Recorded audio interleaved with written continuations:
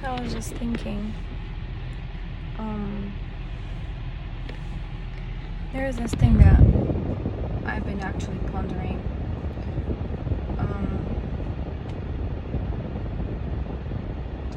Do you guys have like in mind like people in your life that who uplift you, who make you feel special and loved and appreciated? People who make you want to be a better person? Do you have people in your life like mentors or teachers who believed in you and who made you believe in yourself and strive to accomplish great things? That's good if you do.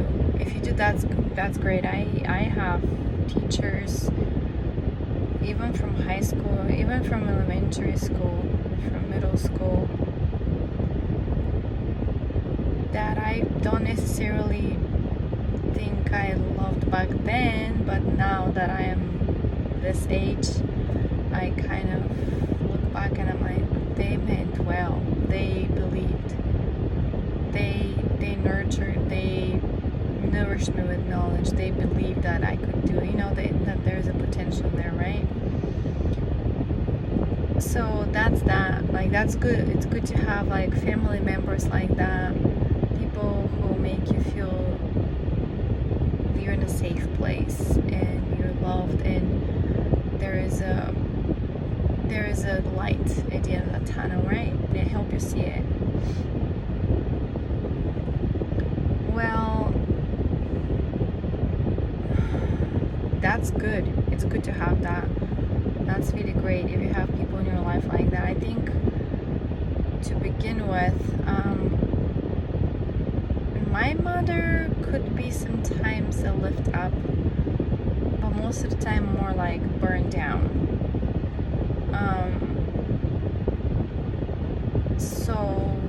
But my dad on the other side, they're divorced. I mean, you don't know, but like, yeah, they're divorced since I was 9. And I got to know my dad in my teens when I just packed up my stuff and went to live with him for a season.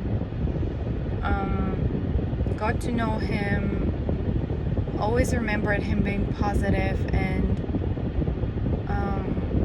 like throwing jokes here and there to just put a smile on your face, and seeing the positive and the good in every situation. I admired that. I wanted to be like that, so I really tried hard to be like that.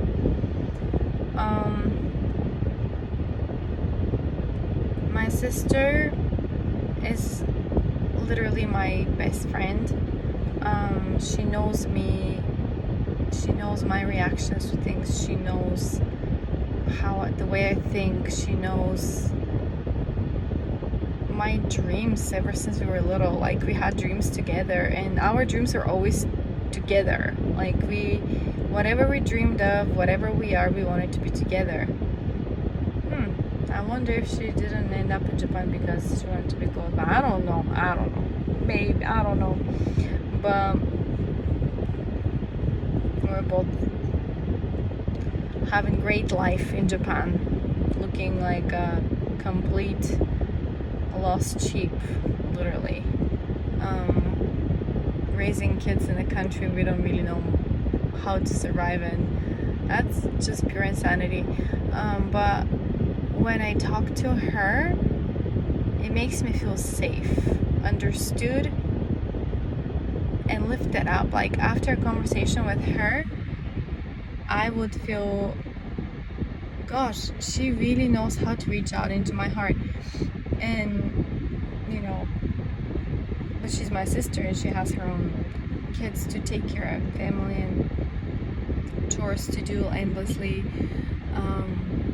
things to get frustrated about because this happened, that happened, because cannot really communicate with neighbors freely, and things like that. life happens, right?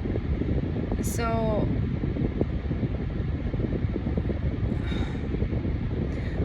when I was in high school, I'll just start from there. When I was in high school, and we had the cable TV at home, I would come home, or like especially in the weekends, and I would watch this channel. What was it? The Hallmark channel. And to be honest with you, all the movies, the films that I watched on that channel were not like those Hollywood great glamour and struggle and save the day kind of person is showing up and then happy end.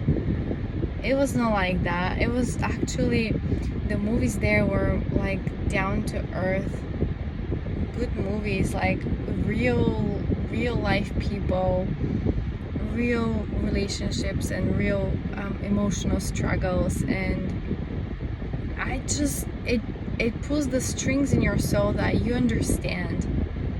So I really love those movies. And I know movies are movies, they just pick like certain moments in your life. It's not like reality, but I really enjoyed watching it because of the relationships with people. There was I mean, there are so many of them that I really love, but there was this one I will never forget. It was about this lady that her husband went to the war in the States, and there were not many men left in the town or whatever.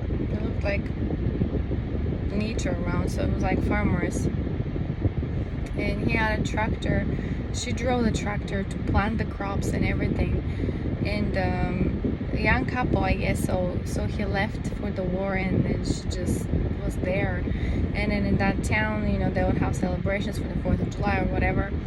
And then there would be this guy after her, like chasing her all the time and like pushing himself into her all the time. And she would be like politely, kind of like, she would hang out with him, she would be in public with him, but she wouldn't be like taking the next step, right?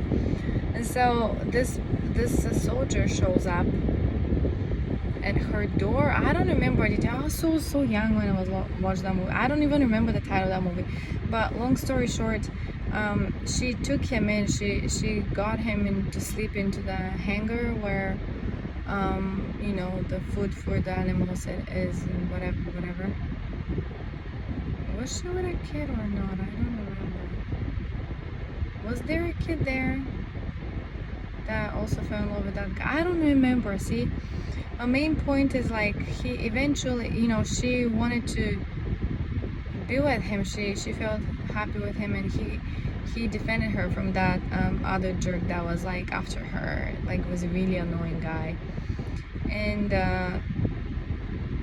that guy hated, of course, the young soldier, because he saw him as a threat, as what are you doing living in her property. He helped her with the crops, and there might have been a kid, I don't know, and they did things together, and then she was really happy.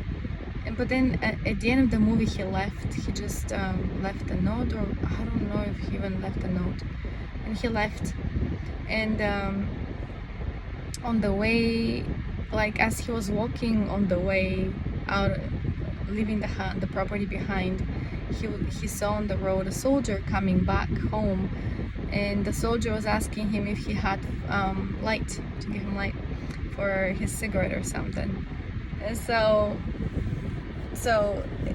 it was really ironic that that guy that was living with this nice lady who took him in was giving light to the husband who was coming back home. And so I don't remember if they showed afterwards, like when he came home, and was she happy or not. I'm pretty sure she was happy and stuff, but I don't know, it was just like really real. Like people would listen to the radio and updates for the war, how the world war is going on, and who is winning, who is not. And then just happy moment when the war was over, and people were out in the streets and happy and dancing and celebrating. And so yeah, it's just this kind of, and somehow, you guys, you know, this closeness relationship with people on that kind of level, like just expressing feelings to somebody next to you, like I do with my sister. In my own tongue, it just comes naturally. In English, I could probably do it, but in this environment here, it's really interesting. In English, in Japan, I feel restrained from being able to express my own self, who I really am and what I really think and what I really like or enjoy doing. And it's just really, really frustrating. It's like you have to you have to carry yourself as being somebody who you're really not, and it gets tiring. And there's nobody that I can feel that makes me lift it up. Sometimes the boys would say thank you for something, or do make like say a compliment or something, but that's like very rare moments here and there. And it's not like you don't have interactions with a person that would, you know, lift you up besides my sister. And so it's very interesting. And quite honestly, I don't really feel like let's go make friends right now, because I have those little cuties and the other three, and it's just a house full of, I mean, this house is sinking in dust and whatever, but it's just really hard to feel on the top of the game. It's like no matter how many loads of laundry I would do, there's still laundry in the laundry machine, and there's still laundry to fold, mountains of it. In fact, there is always plates in the sink, there is always meals to be cooked. And I just admire ladies who did all that plus full-time job plus raising kids. And I did it before the twins came. I did that, and somehow I was always like on the move, on the go. And there were people at my workplace and the schools that I was going to that were trying to reach out and be my friends, or I wouldn't say friends, acquaintances that who would reach out more and who would see me sometimes sad and would lift me up, you know. And those kind of people were probably sick of seeing foreigners expressing what's their mood inside is on their face, and they're probably sick of it because they're trained from early age to just suck it up, show this smiling, polite, wonderful, cute, friendly face with lots of makeup or whatnot, and just pretend. I'm not saying it's not like that in other countries. I'm pretty sure, you know, lots of people try to suck it up and show a face at work to keep the job, right? But there are also people who you can go to and be yourself, and there's no such person here like that. And I have to tell you guys, I don't feel loved even by my kids sometimes, because I just feel like taken for granted. And I understand now, because, you know, I was a kid too, and I didn't appreciate all the hard work my mom did for us, working 3 jobs to sustain us. And we were not poor, but we were not like other kids who had everything and we didn't. So I guess parenting is not easy, and it's meant to be for 2 people pulling the cart together, not just one, because with one it's impossible.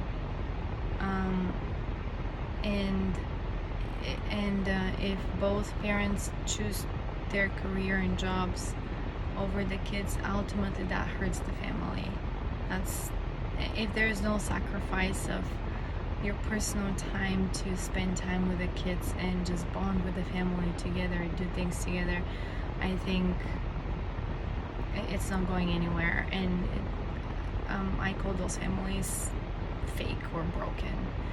And believe it or not, there are more of those in this world than the good ones, because And those that are like satisfied materialistically, sadly, are those who are not really happy, and they don't really, I mean, doesn't matter how much you have, that doesn't make you, that doesn't bring the joy and the happiness into your life. It's not that. It's the relationships you build with your family. And when you choose willingly to spend your time in front of your phone, like what I'm doing right now, than being with your family, then it, you know, kids, they feel, they know, they understand a lot more now. And the reason I'm here in the car right now is because the twins are still sleeping, and they need more care, and the other three are in that age where they, you know, they don't want to do stuff with mommy. They just want to play with friends and watch YouTubers, stupid Japanese YouTubers that do stupid things on the internet, and so that stupid little kids like those three can watch it. That's what it is. And so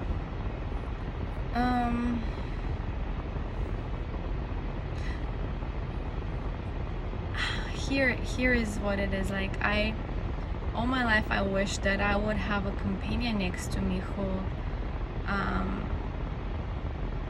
whose focus will be on the family, and whose focus will be us, really. Not dear mom and dad, and dear career, and dear PhD, and dear friends, and other people's kids. It's good when you're a mentor to see the change in the kids that you make. It brings satisfaction, but also satisfaction not because you're so great at doing it, but because you see their life changing for the better. That is good, as long as you don't sacrifice your family for that. That's what I think. And when people get so blinded by, and when the focus is not where the family is, and get that, you guys. I don't mind work. Work is work. Work is work. No matter what your work is, you do your job. Doesn't matter what the hours are and stuff. Get that. I have put my head in the bag, like I said before. It's an expression in Bulgarian, which means that you just did your poor choices, and you're taking the consequences out of it. So I do have 5 kids, and I love them, no matter how spoiled brats they can be, show attitudes and whatnot. But I would take care of them as much as I can, as much as my physical body allows me to. But seeing a person coming into the house with the phone glued to the face, or actually having a conversation with someone on the phone without acknowledging anybody in the house, putting the phone down just to eat, and while scrolling the phone again, and spending the 30 minutes in the toilet with the phone, and going to bed with the phone, the last thing to drop down before falling asleep. I think there is something very, very wrong with a person like that, and I do not wish to live with a person like that, because no matter how many times I tried to talk and communicate my concerns about it before, like about 2 years ago, I completely and entirely gave up on that. Even just communicating, talking, I just gave up.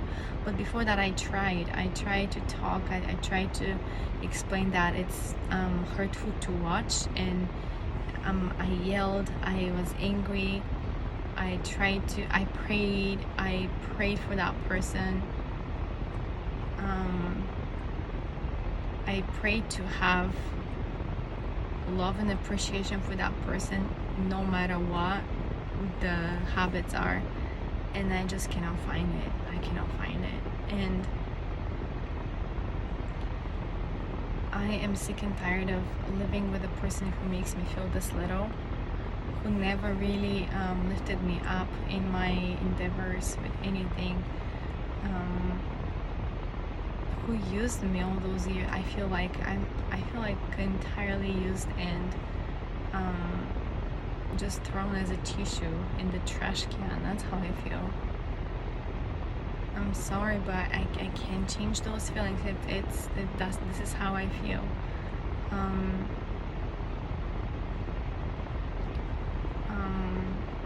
just emotionally disconnected and very, very irritated, and to the point where I don't want to be in this property. Like I just want to be in the car and out of here. And even if I go shopping, I just don't want. I want to do it as slow as I can, so I'm not here. And so, which you cannot really do in the summer with the hot, and groceries have to go in the fridge. But anyway, so I'm grateful the babies are sleeping, so I can be in the car. Anyways,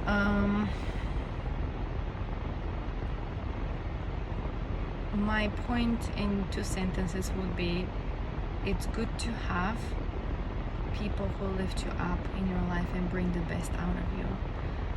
Unfortunately, there are people, even family members, who can bring the worst out of you. Like this, what you see right now, this is not like if you see me 10-15 years ago, not the same person. It's not the same person. And you know, we grow older and we grow like wiser in a way, like more experienced and more calm. I get that, but I also inside is broken and hollow. There's no the real me, the real cheerful, bubbly me that I used to be. And sometimes I feel it if I'm in the presence of a person I can talk to and communicate with somebody, anybody, anyways, anywhere, like really in any language. Like if I have a human communication with somebody that day, it makes me feel cheerful a little bit. But those moments are here and there, and they just give you a little bit of light, and then it just goes back to dark.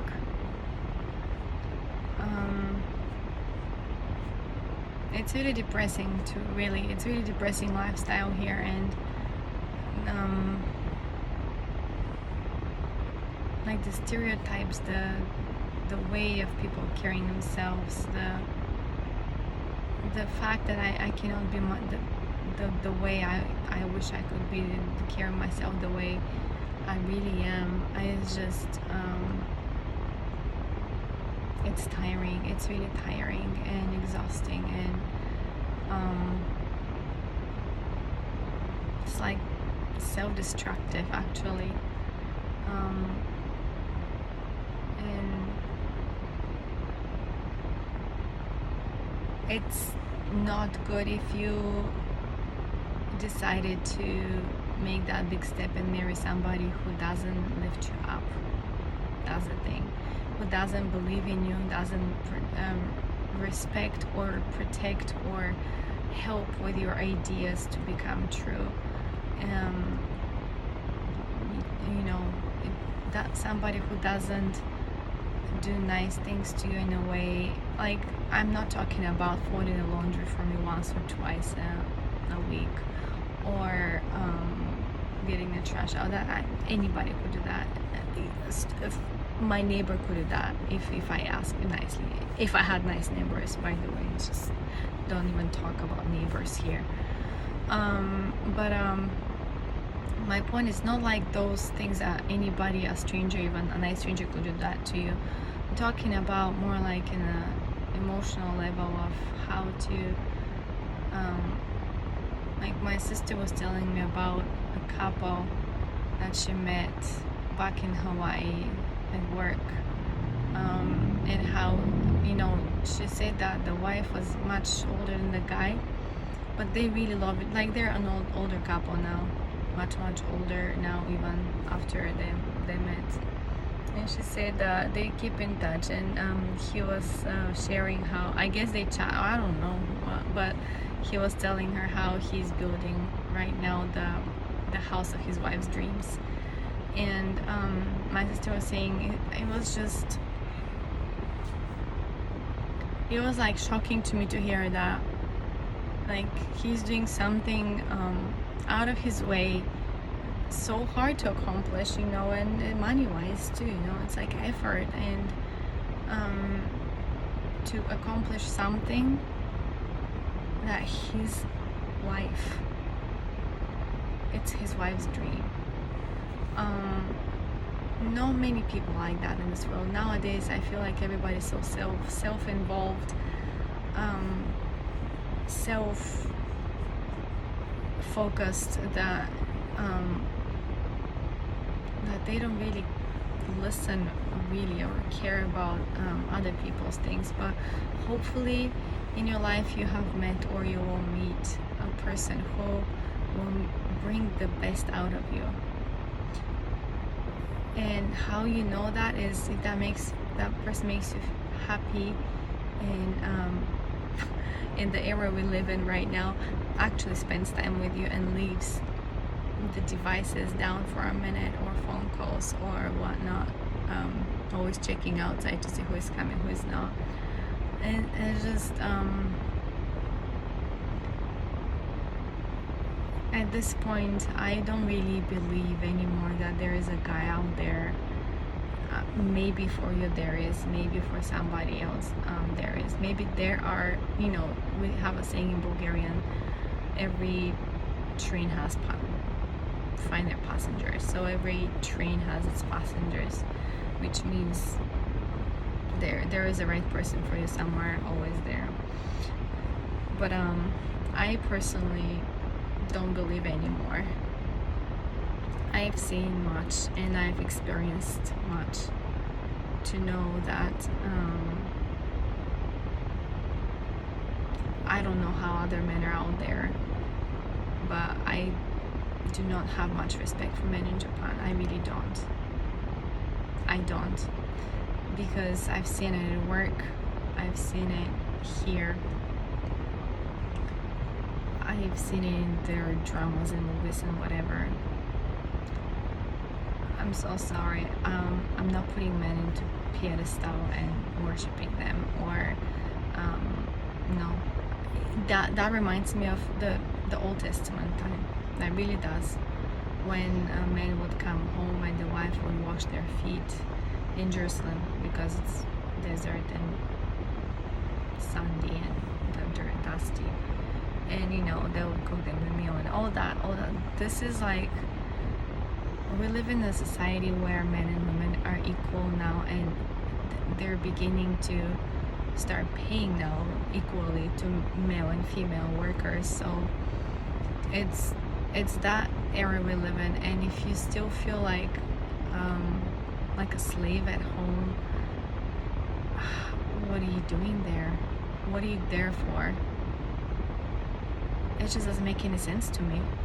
It's like, why would I put myself into a situation to live with a person who makes me feel absolutely horrible about myself and an absolute failure compared to his perfect mother? She's Mrs. Perfect. She is always cheerful and happy, always lifting up people, always ready to reach out and help with words and actions, and always being the right hand to her firstborn son, and therefore they're doing their business together. And so next to a person like that, you feel like this little and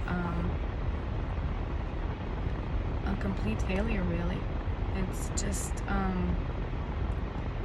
at some point you don't want to be in the presence of a person like that.